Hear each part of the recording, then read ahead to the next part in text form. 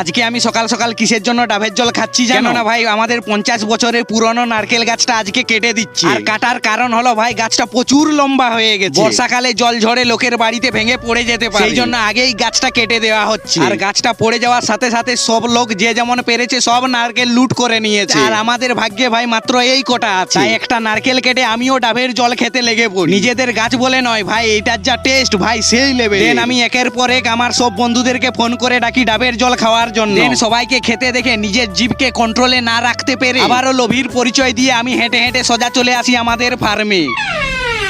আর ফার্মে এসেই দেখি ভাই মুরগিগুলো প্রচুর জাম হয়ে গেছে, তাই এই সাইডের সব ফিডার টিঙ্কার গুলো ভালো করে সেট করে বাবার সাথে মুরগিগুলোকে বালতিতে ভরে ট্রান্সফার করে দিই। একই রকম ভাবে পাক্কা 2 ঘন্টা চলার পরে নিজেদের কাজ কমপ্লিট করে আমি সন্ধ্যাবেলায় বাইক নিয়ে সোজা চলে আসি বাস স্ট্যান্ডে। আর এইখানে এসে মিলনের কাছে হালকা পাতলা ফুচকা খেয়ে বাড়িতে এসেই দেখি আজকেও ভাই মিষ্টি রাখা আছে, তাই আমি এখন মিষ্টি খাই।